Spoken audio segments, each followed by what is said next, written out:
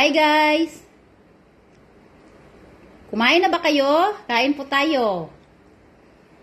Kakain na po kami ni Inday Rosel. Yung aking kanin mga ka-Inday, tingnan nyo. Orange ang kulay. Ayan.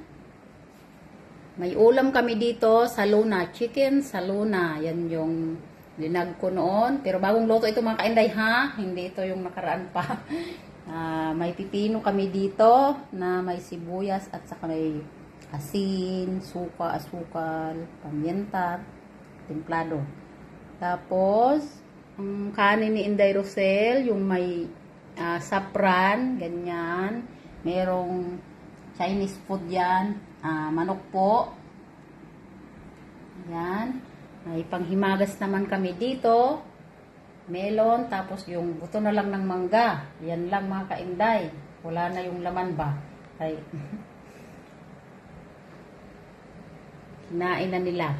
Tapos, ito lang. Yan, medyo marami kaming pagkain ngayon. So, busog na naman ang mga Inday. So, yan lang po mga ka-Inday. Maraming salamat. Kain po tayo. Ayan, bye-bye.